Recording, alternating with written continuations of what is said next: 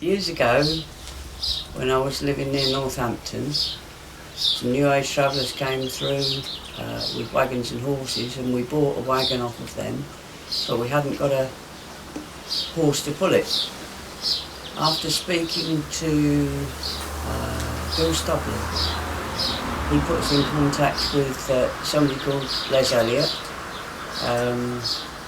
Eventually we became good friends with the family, and we've been friends for over 20 years now, which is lovely. So we bought our first wagon mare.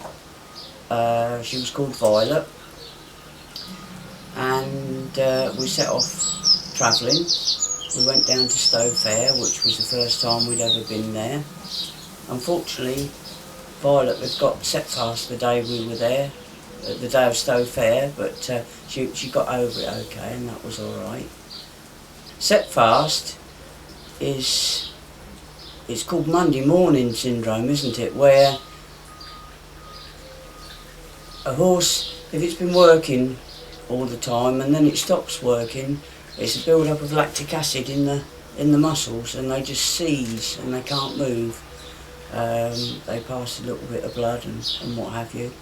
And we had to, because it was Stow Fair Day, we couldn't manage to get up to, get the vet to come down to her because the field was too crowded. So we had to manage to walk her up through the crowds to the vets to get her treated. And then we stayed on the field about an extra week, and then gradually sorted her out and she was okay, so we were lucky. But not that time, another time we then travelled about with them for a little while, which was lovely. Before we set off, we learnt about the customs and what you're supposed to do and a bit of the language and what have you, because if you want to be accepted, you've got to know how to behave. A year or two later, Les and Edna had bought a big, I think it was a Reading ledge wagon. And at that point they lived up near Leicester, and they were going to travel down to Stow Fair. I'd had to settle back down because I had a back operation, so I couldn't travel anymore. But I thought that was an ideal time then to try and video them going down to Stow Fair and back, and the journey and all the rest of it. And so we set off and took all the various different pictures and videos, and it was a lovely way of life. Time didn't seem to matter too much in a way. You knew when it was Sunday because you probably walked 3 or 4 miles to a shop and you found out the shop was shut, so that was the end of that. But it was a very simple way of life. You learnt an awful lot. You learnt not to take things for granted.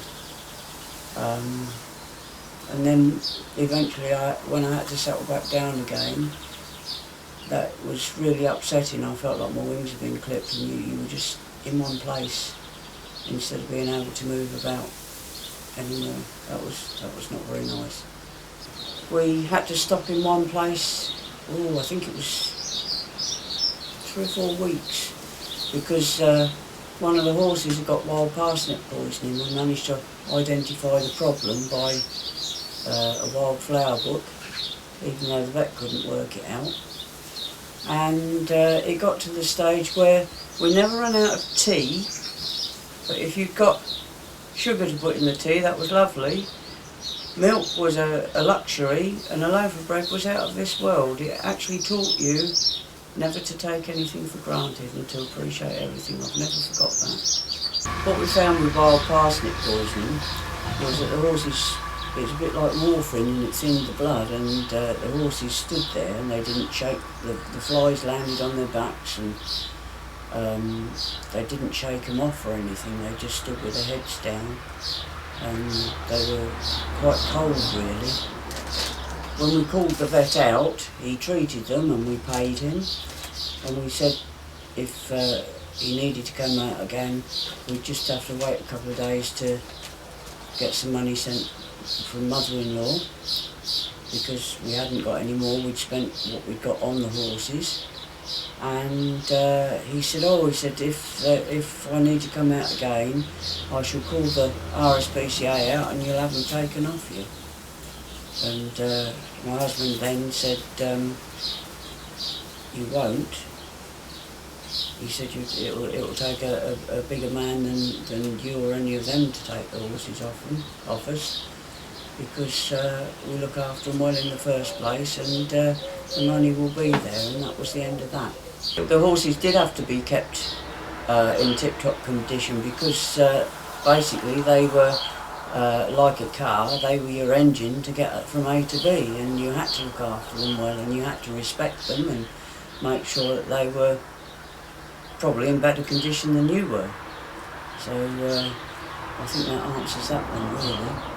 We've been out in the middle of nowhere for about 5 months, and at this point we're at Gayton Wilds, I think it was, in Northamptonshire, and somebody we knew came up to see us, and we were talking, and he said, Russia won't be a threat anymore, and we said, well, why is that? He said, well, Russia's fallen. And he said, well, we said to him, well, when did that happen? He said, oh, about 5 months ago. And it was lovely really, because we didn't have a television, we didn't have a radio, we didn't have any contact with the outside world particularly, apart from when you saw somebody. And it was just a lot more calm and less stressful. It was lovely. But then you go to another thing where it can be quite frightening, which is funny to look back on, because we were up near between Eastcote and Dowscote in Northampton, and we were on the side of the road there, and this particular evening we'd gone down to the village, or near to the village, because the horses were tethered further down where the grass was, and as we were bringing them back, all of a sudden there was like white light, big lines and red light and blue light across the sky, and then it was almost as if they were pivoted in the middle, and then the arms came together, and then they slowly went back out again, these lights, and then they came together and they slowly went back out again, and we panicked. We thought the end of the world had happened, but all it was the northern lights. It was quite funny. And then you saw like patches of red and blue, and then eventually it faded, but it was beautiful. And if we hadn't been living that life, we wouldn't have seen it. Absolutely smashing. And another time we were sitting there and there was a little mouse crawled out from underneath the bottom of the tree, and you could just about see it in the light of the fire, and it disappeared again. It was nice. We were parked up on the Watling Street near Bogbrook, and this chap came up, and he was cycling from, I don't know, wherever he was cycling from until, I'll think about that in a minute, and he got all his worldly belongings in black dustbin bags tied to his bike.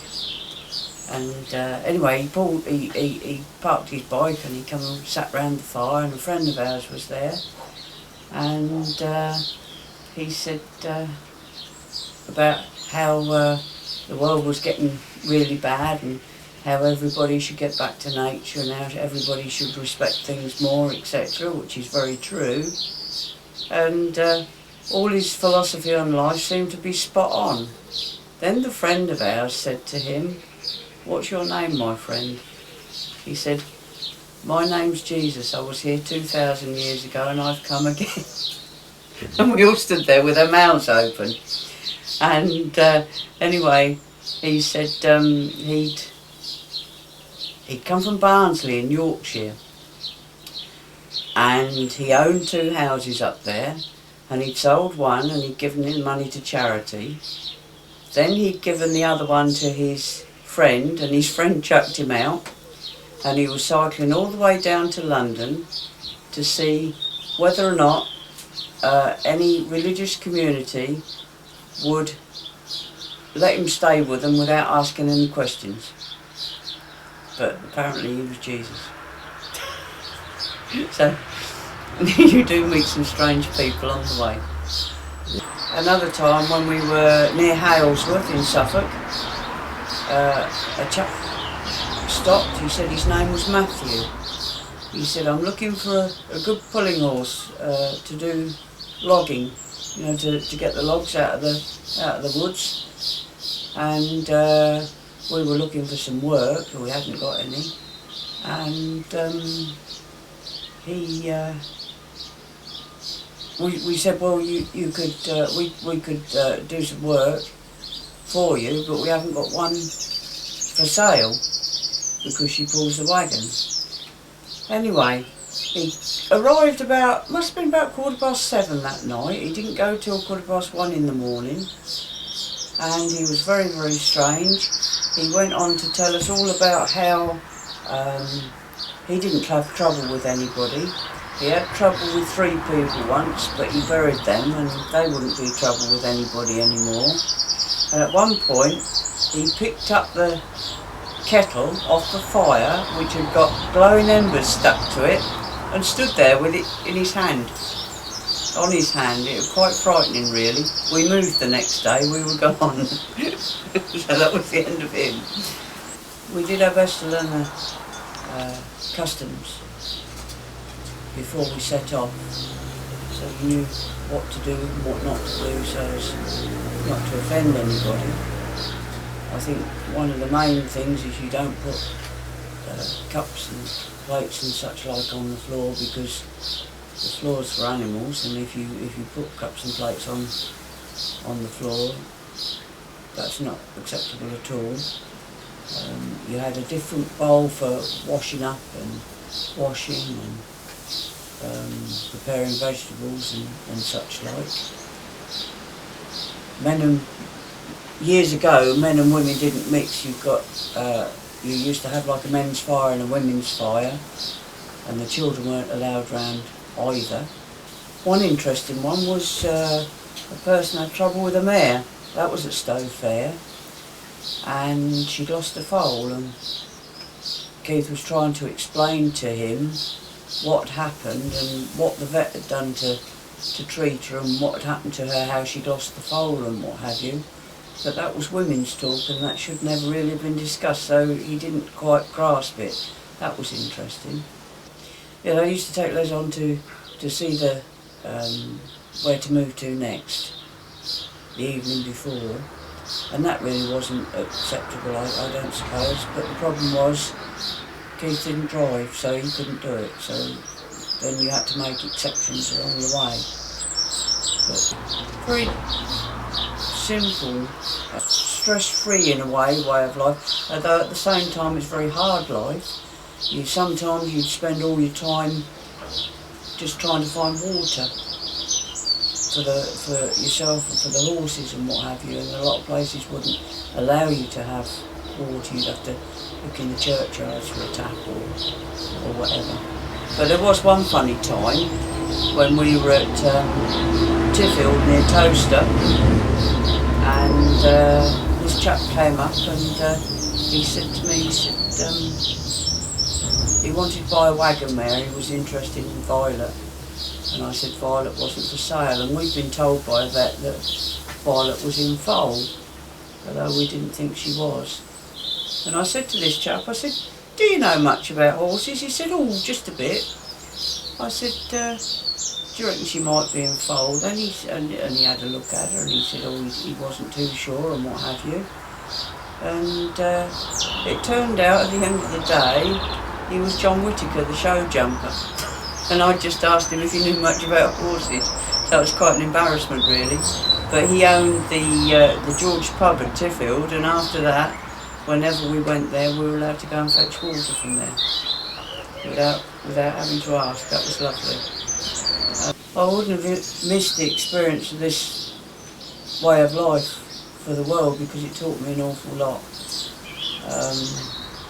It taught me people have an awful lot of wants but very little needs, and most people nowadays have got very materialistic and greedy, whereas it's just a simple way of life. You just really need something to eat and a roof over your head and just a happy life really. That's all you need. And the problem now is that way of life really is not possible, because the traffic is far too fast, it's dangerous on the side of the roads nowadays, and there's too many rules and regulations being brought in whereby it's making it impossible to travel. You can't stop, and you can't settle down neither because of the rules and regulations. It's quite a few years back now, they made rules and regulations. They said that if travellers decided to settle down, they would turn a blind eye and they would give them permission to stay on a piece of ground if they found a piece. And then as soon as they did that, then they turfed them off and told them they were breaking the law. So either way you can't win. Yes, it was a lovely way of life, and I would love to go back to it, but the only problem is I'm just not up to it anymore, which is sad, and I miss it an awful lot.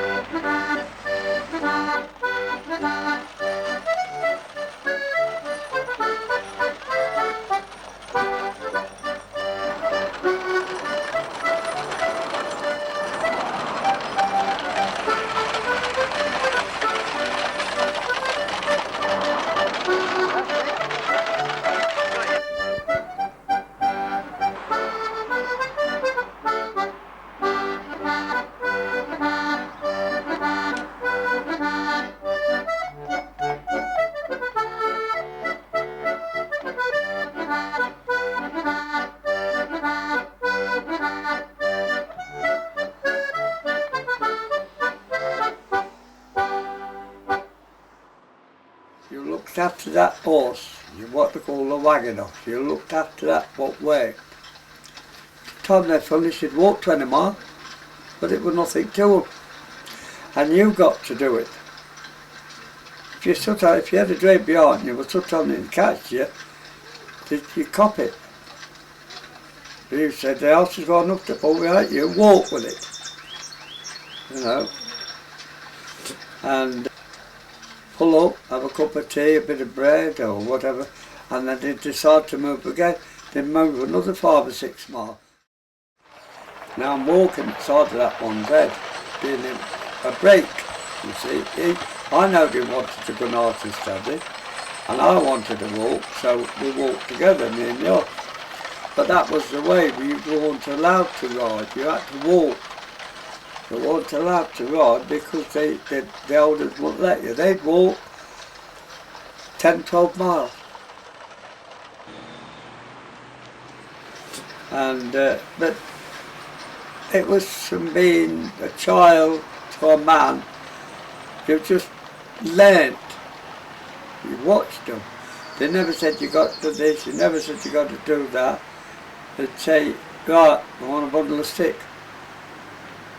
I was going through this place, and these new age travellers, they got this wagon, this horse, and they're coming. They've been looking for me and I didn't know. And he said to me, he said, hello, I pulled up on the bike. I said, you alright? Yeah.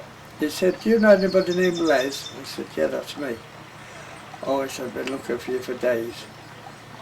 I said, well, what do you want me for? I didn't know. He said, we want to start on a blacksmith. Well, then we got a mobile phone. Oh, I said, you want to blacksmith? And I looked at his office, I said, yeah, it's alright, not too bad. I said, right. Oh, I said, I'll tell you what I am. I told him where I was. To go to certain road and turn when I told him and that. I said, I've got to go back here. I said, I'll get some summit. I'll be back in about half an hour. You'll be there by then, it's on down the road. I said, I'll get the blacksmith out to him. I rung him up. And he said, I told him, he said, all right, be out this afternoon. All right, then, I said, if he don't pay you, I will. I felt sorry for the office. But the man paid him. Ran the road up. He said he got there, and this woman, she's ripping edge stick off the edge. So I'm watching her, I don't know what she's doing. I kept looking, I said to her, what's she doing? I said, you know, she's breaking off the edge. And she got a big bundle like that. She walked in front of her wagon, she got some newspaper.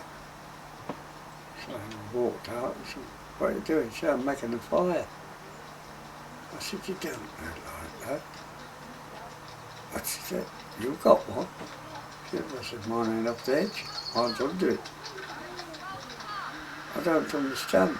And I said, well, you won't. Come in, I'll show you. And I showed her how to get the stick. Now I said, what's this? And mine a newspaper. And all the old dead leaves was in the bottom of the edge. And you put your hand in and go down, it would dry. And you mash it into a bowl, put it, and then you got very thin wood, set it alight. And once that got wood, you put your bit of thin stick on. Oh. She said, that's why my fire wouldn't go. I said, that's right. You can't burn green wood. The only green wood you can burn is ash. What's that? I said, that tree there, you don't get climbing up the house if you fall and hurt yourself.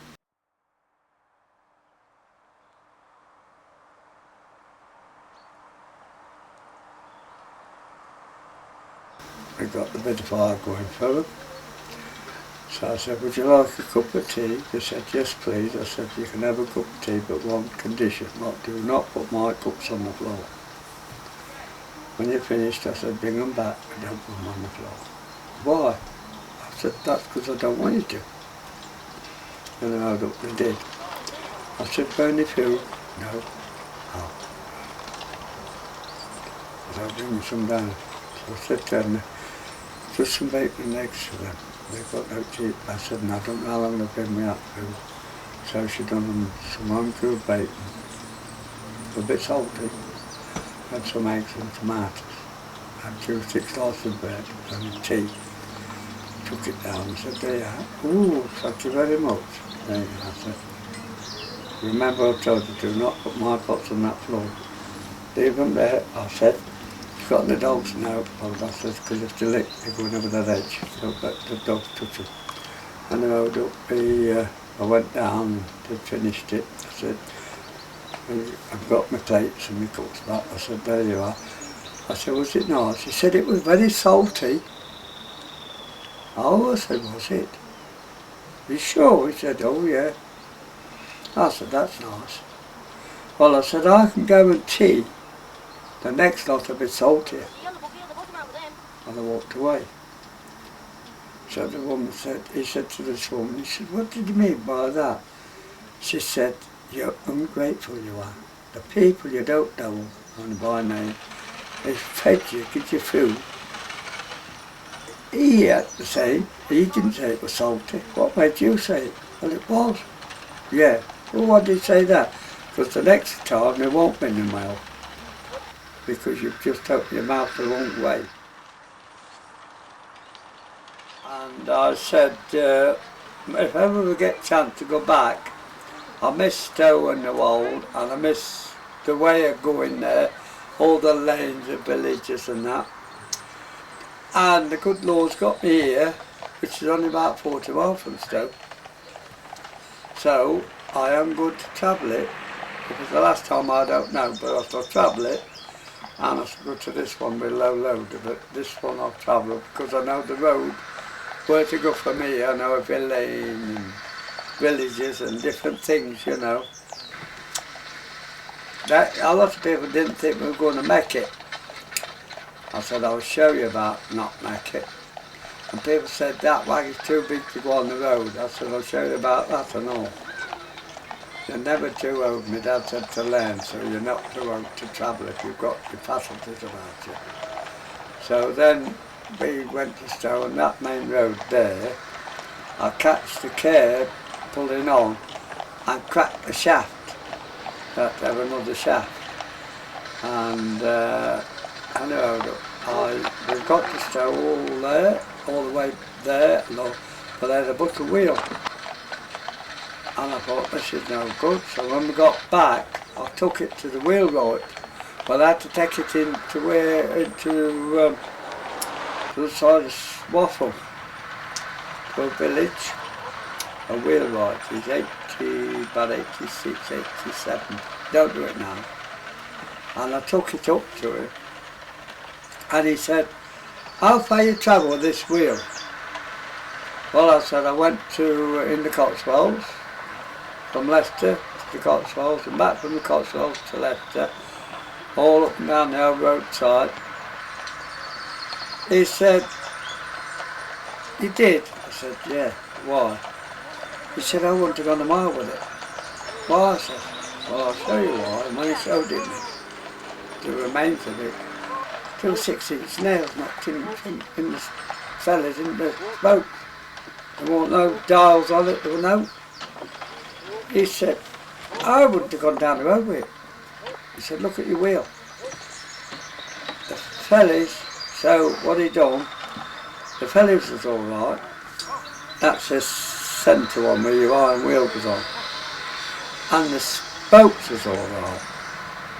There was only no nail went, so the nails was in. So then it was the centre bit what had gone. Where the wheel goes, you know, the piece in the middle, what we call the hub. And that had gone. So I put a new hub in, redone the spokes and put them all in and made the wheel like brand new. And I rung him up and I said to him, is it done? He said, yes. I said, right. He said, bring some money up with you, it's a lot of money. Well, I'd saved 250 quid. And I thought, oh well, this is enough. I thought all that way, and I don't know anybody could buy me any. I didn't have any more anyway, so I thought, oh well. So I got on the old car and I went up and he said, it's done. Oh, I said, right. He said, so was it a big job? A big job? He said, look here. He showed me all the bits off it. The wheel's gone. This wheel here, look. See this wheel wobbling? What's it in there? This one. That one. Anyway, I done. He said, look at it, whoever done it? I said, I don't know. Well, he said, whoever done that didn't know how to do a wheel. I said, I could see they could. It was them big 8-inch nails knocked through the fellas into the spoke of the wheel. That's them spokes there, look, you see them spokes going round? Them.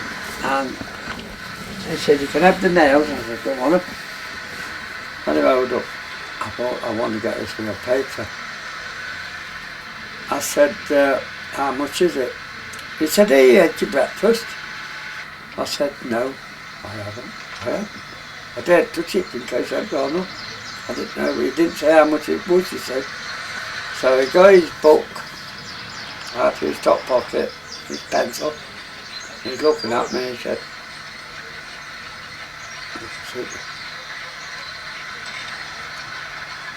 I'm watching. I thought, how was he putting down on this paper book?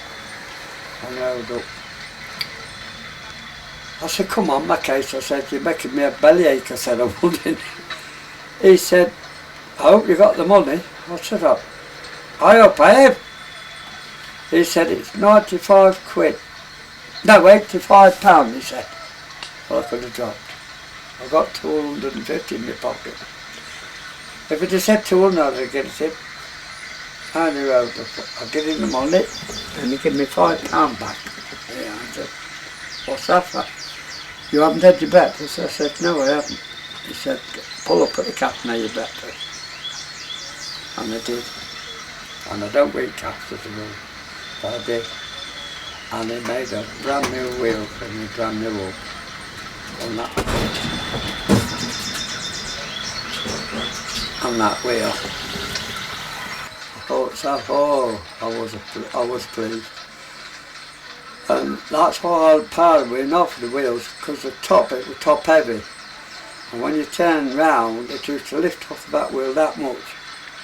Just imagine someone's about, say, 12 foot high, and they used to shove it back onto the other wheel. And I said to her, I'm getting rid of this. And I did. And one I pleased. This one's a different one. Wider axle, wider wheels. And but it was a lovely travel up there. That, you know, all the back lanes like coming through there. I know where that is. And I pulled the gateway here. And that village there was an old farmer retired, sat on a bench, and I got somebody give me a plastic drum, a 5-gallon or 10-gallon plastic drum it was. And on the outside it had like plastic wheels, like a tyre thing. And I went to this farm and he let me have this thing of water, and I shoved it with my foot and it used to roll, and the water sent it on, so I didn't have, because I couldn't lift it. And it was doing for me and the horses.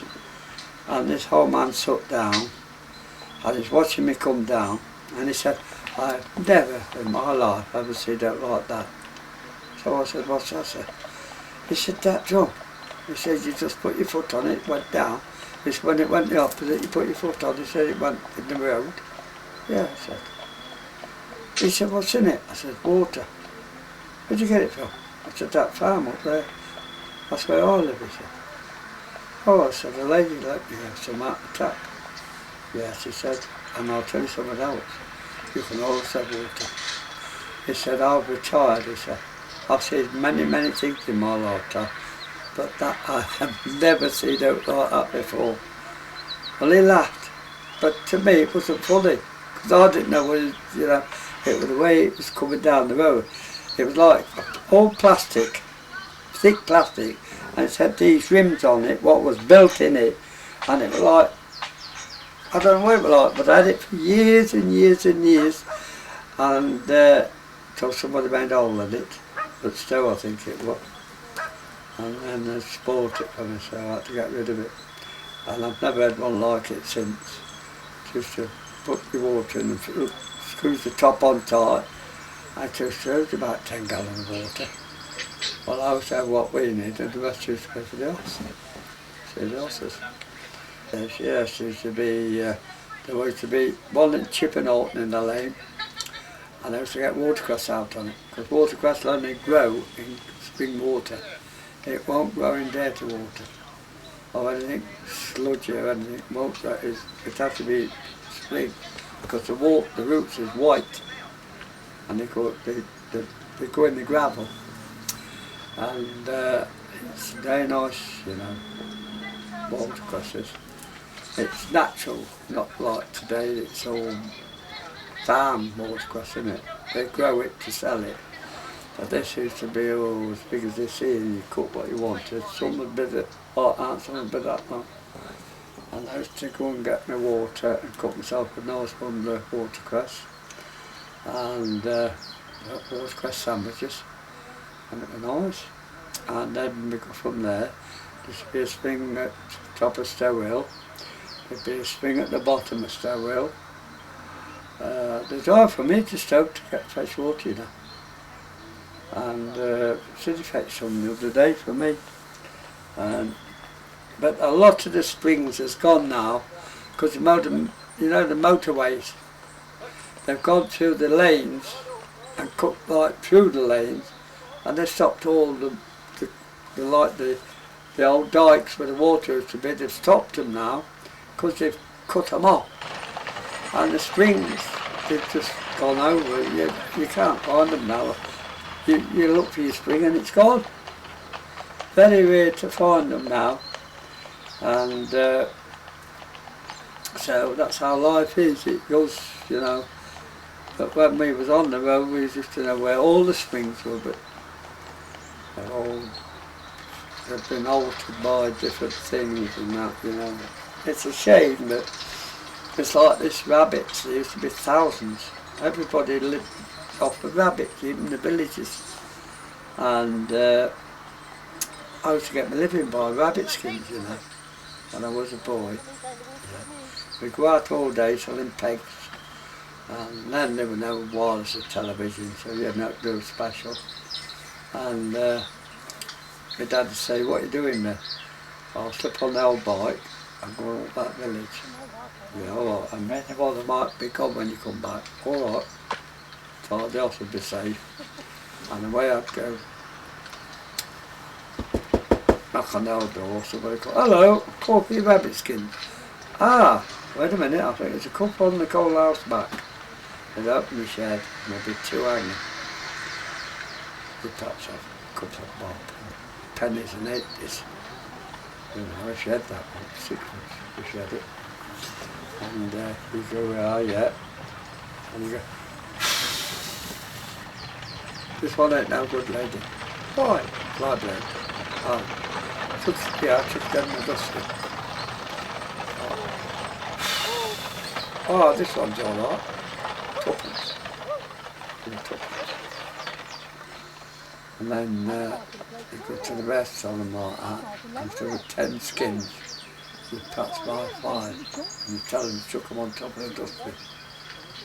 And when they went in, you used to go back on the dustbin to pick them up. So you only pay for one lot, you had the others. And then we used to take them to the rag and bone shop, as they call it, scrapyard today, and they used to buy them off you. And they used to be about 6pence a piece. Hare skins would be about 1.6. You didn't get many of that. And jam jars, we sell jam jars, and coloured bottles. Now a green bottle, a brown bottle, I used to make a lot of money. You'd perhaps sell a brown bottle for £1 and a green bottle for £1. But well, you might have got 2 for a week. You get more white and gin bottles than that, whiskey bottles. But they used to make 4pence some days. And you'd do that, and they'd say, "Right, want some jam jars at the beginning?" Right, so you could jam jar buy, or beg a few jam jars. And then one day I was walking with a pram. I was there, I want my runner boy. And I went to this, it was my mum's birthday. And I said to him, I said I could do with a nice bunch of flowers. My mum's birthday, I won the begging job. I said, very little money. I said, so we've got a few flowers. He said, well, he said, I've got a plant here. That do? I said, yeah, well, he would have given it me. But he didn't. It was nice. He said, but I've got no newspaper to lap it up in, so will you take it as it is? Yeah, I said, I will. I said, what do you want newspaper for that? He said, when I sell my plant, I have to lap them up. He said, and a lot of people won't have it because of the dirt on them. So I said, what, you have to newspaper? Yeah, he said, that's what you do. He said, I'll buy it. So how much a stone? I didn't know how much a stone was.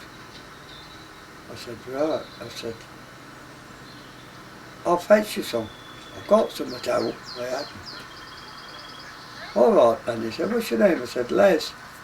All right, Les. I said, I'll fetch you some tomorrow. So I goes back home, takes my mum this plant. Oh, it's thought the world of it. She said, where'd you get the money from? I said, well, it happens. The life happens for a lot of money. I said, she said, it was more than that. I know, but I should have taught them. I told them I got them. Bring it up. So when the road up, said, oh. I said, you want to write some newspaper? They're tremendous. So you've got to get them from. Everybody can read and write. I said, oh, I don't know. Well, I said, I'll get some. So I started opening the houses for newspapers. Oh, I just got for all as much bread as I could get in this big pram with the big wheels tied on. Went down, I said, I've got you a bit of newspaper. You got me a bit? He said, you've got a load. I said, well, I would even wanted it. Not really. I said it was somebody clearing out. It was me going begging it to doors. So I put on the scale and weighed it. I think them days about 7 or 8 bob. But a lot of money. Oh, would have got it down. Well, he had that much newspaper off me. He had to stop me. He said, Les, he said, please, I don't want them all. I said, you do? He said, I've got a greenhouse full. What you brought? He said, it's filled. I can't shut the door. I said, I've only got this bit left. I said, oh, I said, oh, that, you know. But anyway, I filled his greenhouse up. And all them sort of things. If they ask you for something, you make sure they got it. I used to do all sorts, a bit of farm labouring, a bit of anything. You didn't pass anything away. If anybody wanted a job, you got to know you went there quick. You know, it was red bones, it was all right, but you couldn't get no, and you wouldn't make no when you got it. My dad, Mum and Dad and me went out all 1 week with horse and cart, and as much as horse could pull, and it weighed in for £8 them days. That was some money, you know, £8. But we had to walk 8 miles to take it in. You could ride back. It's tied on, roped up like a haystack. Bags of rags, bags of woolen, bags of copper, bags of lead. No scrap. And it was tied on a full week, £8. Well, if you only had one horse, you had to look after it because you ain't got the money to get any more weight. And you couldn't earn enough them days. I mean, horses were cheap, but you couldn't seem to get enough money to buy a cheap horse. You got to save so much. And I mean, the scrap and the stuff them days, if you weighed in, as I said, my mum and dad, £8 a week. You see, my mum used to go out and keep us.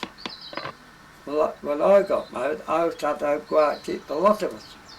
So you couldn't earn a lot, so what you got, that one horse, you had to walk with it. And you had to feed it.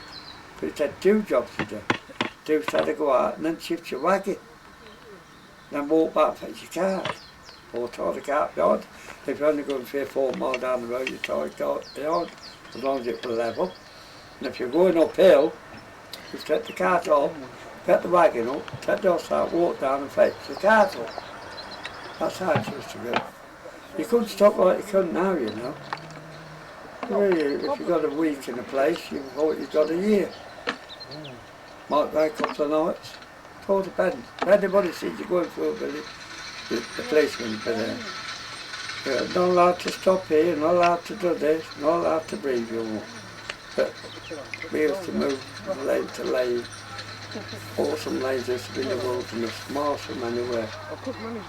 You see the lights in the distance of a town. And you say, what town that is? You wouldn't know. You know where it was. And we used to make a fire, and we used to sit down it at night. And we used to let the fire go out. We used to ring the embers up. And it used to look like all lights going in and out. And they say, look, that's how them lights in that town is.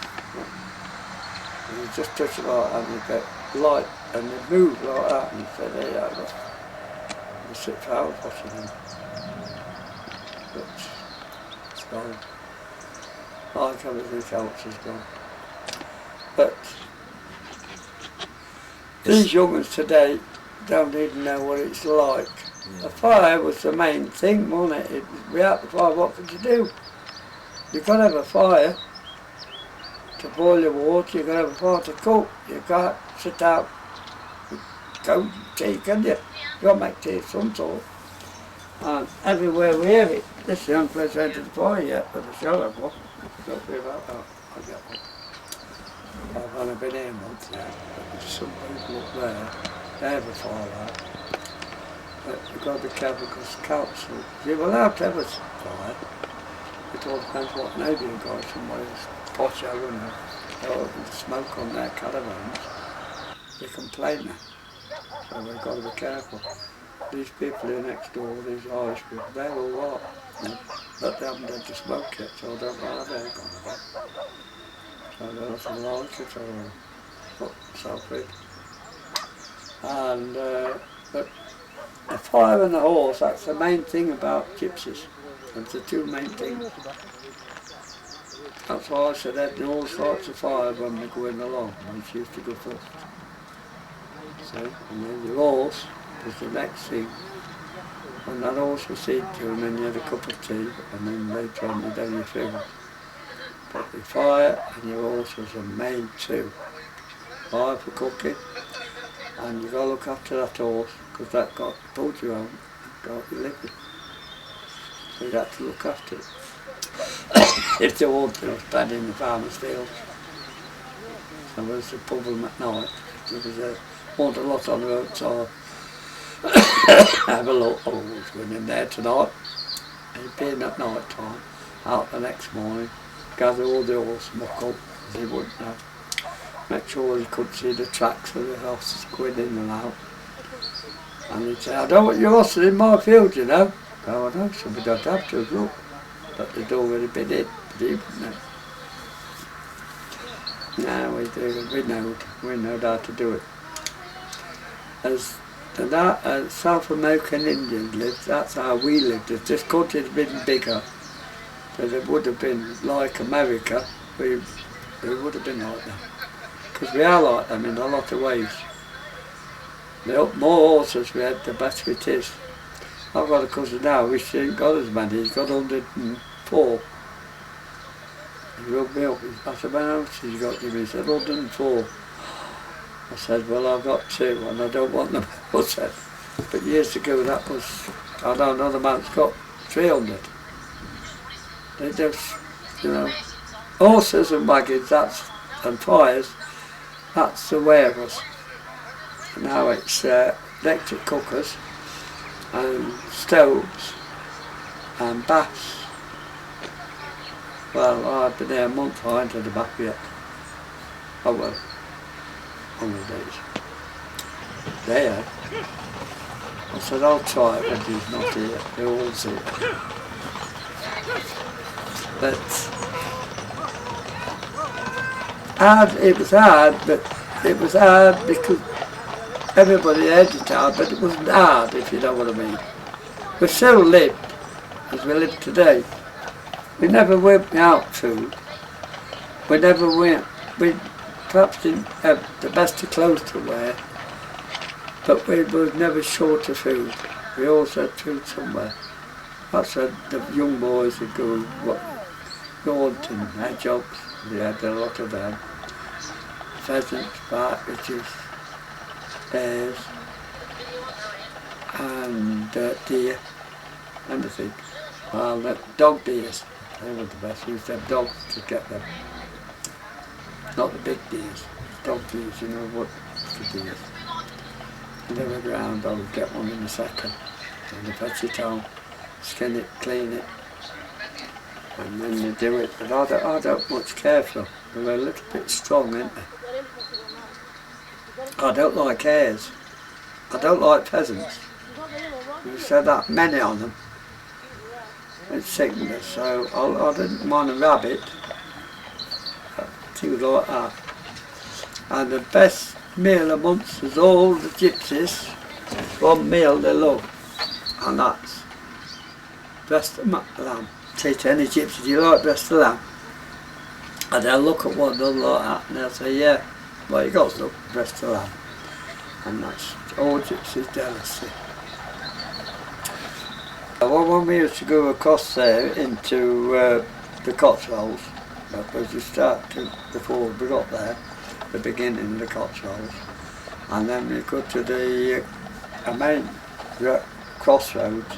There used to be a main road this way and one there, and a little lane there. We used to go through, like up to it, on the main road, then across it like that. And there used to be these 4 stones, 4 counters. One was Oxfordshire, one was Worcestershire, one was the Cotswolds, and the other one, I can't think what that one was. I can't. They said it was here, tell you. But that's what it was. There were 4 counties of different counties of towns. Oxford Road. Before you got to the edge and the ringer stones, you know what you've heard talk about? There's a big heap of stones on the top of the hill in Banbury. It was all last night about them. Supposed to be witches in days. And we used to stop all on there and all. And then we used to go in Oxfordshire, that's nice. You'd like Oxfordshire. There used to be the little running brooks, but it'd be about that deep and about that wide. And you'd sit there like that, and you'd see the trout going past. And we used to get a trout to 2 weeks. And we used to have what they called round the finger, a line. Like that. That's one of those, right? And whoop! Out it comes. That's what we used to do. We were stopping again London, and there was a trout river, and it only gone so far it blocked off, and then it drove so far and blocked off, so the trout were all. I'm not going to tell them. And one day I spotted it, and I said, I thought, so, oh, these trout. So I had a line, always got a bit of line in the pocket, and the hooks. And I put it in like that, and a bit of twine on this here piece of stick, and I put it in, and put the piece of stick against somewhere where I could find it. And I was walking along, and I bumped, all of a sudden I looked like that, and there's the keeper. And he said, what are you doing? I said, nothing. He said, what are you doing here? I said, just having a walk. He said, are you after them trout? What trout? There. Didn't even know, I said. No, I said, I'd really tried that shop. What's your trout then? He said, I know you've got a line, you've got a fishing rod somewhere. I said, if you find it, it's yours. Find it now. But he looked everywhere, he couldn't find it. And he put his foot right against it.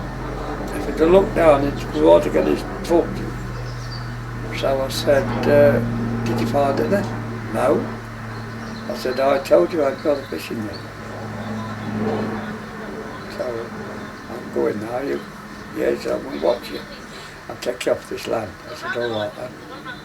I went back and they were a bit out on me afterwards. And then I got it out. I thought, I didn't get that one, did he? And then there was a derelict house, I thought it was a derelict house. I'd never left so much in my life. This man that lived in it, it's just like the wild. There was singing nettles, there was all flowers all grown. The curtains was all ripped, and I thought, well, nobody lived in it. So we had a plum tree and a pear tree back of his door. So I got up the plum tree, and I've sat there eating them. Oh, I thought, look, the Victoria plums. Oh, I said, this is nice. To myself. I thought, I'll take a few apples back and a few plums for the kids. And also, I heard something. I looked down. No man's come out the door. He don't got to look up and he's seen me. He's got his ashes, I chucked them on top of the, and I've looked down like that, and he's chucking the ashes down. And then all of a sudden he stopped and he's looking round. To himself, he knows I'm here. And if he had sense, he took his head up in the seat, me and his bum to. So he went down.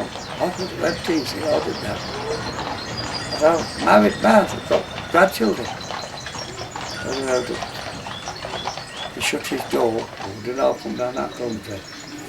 And I went down the field side, and I said to my son-in-law, some rubber comes. I went, no, I said, somebody lives in that house. Yeah, he's not, I said, he said, old man lives in there, don't go there. So I said, don't go to that trout place. What? I said, to keep Edna. I said, he couldn't go out about it. I don't know, he said, right.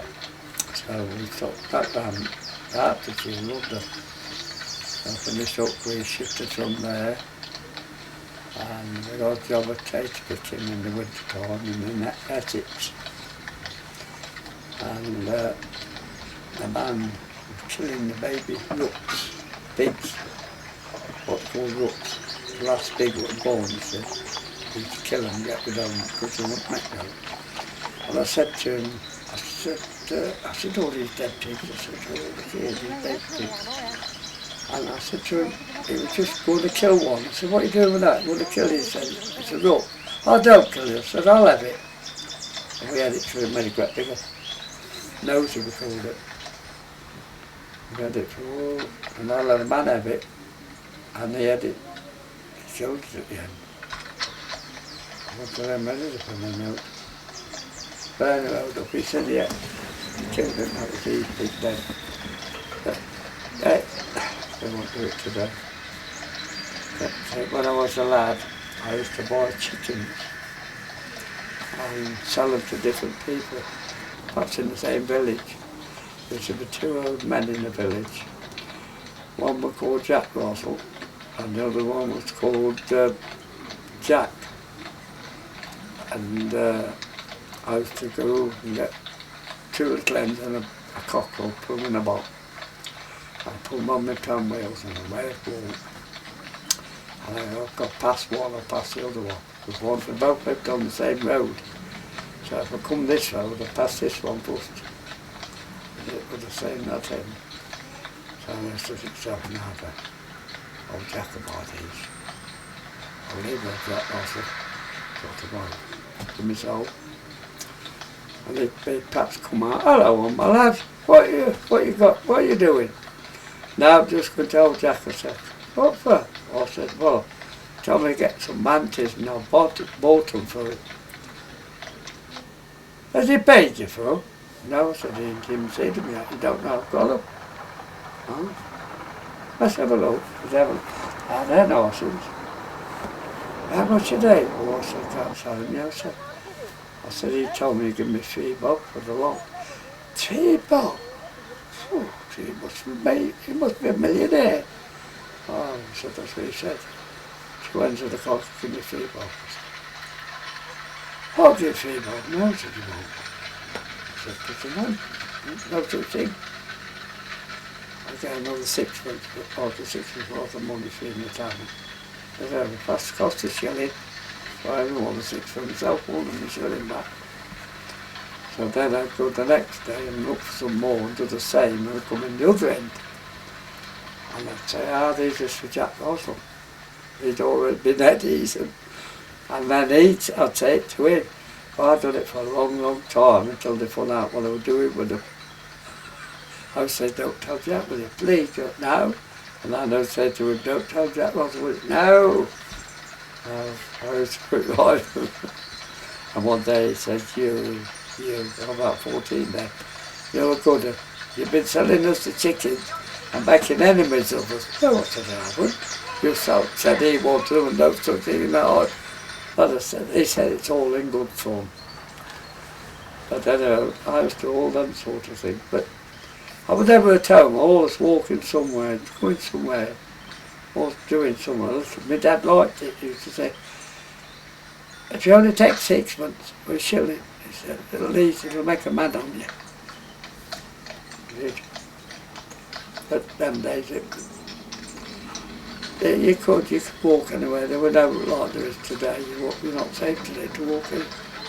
But them days you could be all day, and you'd beg a cup of water off somebody, and if it were old people, you'd say, "Are you going to Stow cake, lady?"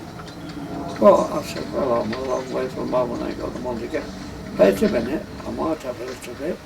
A little bit of cake and a glass of water, or a glass of pop. Thank you." Beg it like that. Some would do cake, some would do a bit of bread and jam. For the pen. So I got back in the window to go and begged it. You beg a few taters. I miss those because we was to get up early in the morning to shift your horses or fetch them out of the farmer's field. You'd light the fire. That's what I used to do first. To get up, light my fire, put my kettle on, and have a look round.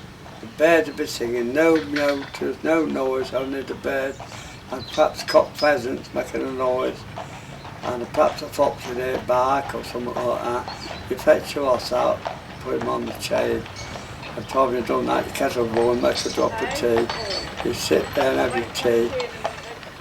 All quiet. All you could hear was the wild birds singing, and no motors, no nothing. It was very peaceful. And then, I'm going about 3 or 4 o'clock in the morning. And then then the traffic would start. And she thinks herself, oh, the mist in the morning, it'd be lovely.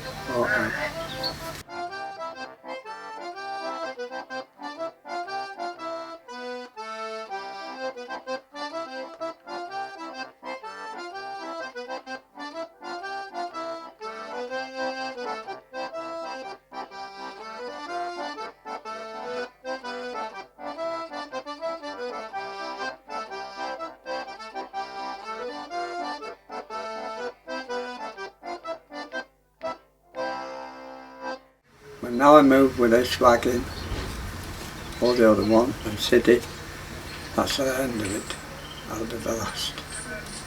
There'll be no more. It's come to the end, and we know this, so I've lived to be nearly 80, so I've had a good life. Edna's a bit older than me, she's had a good old life. We've had a hard life, we've put up with it. Sometimes we've cried, we've had no, we've shed many tears, but we got through.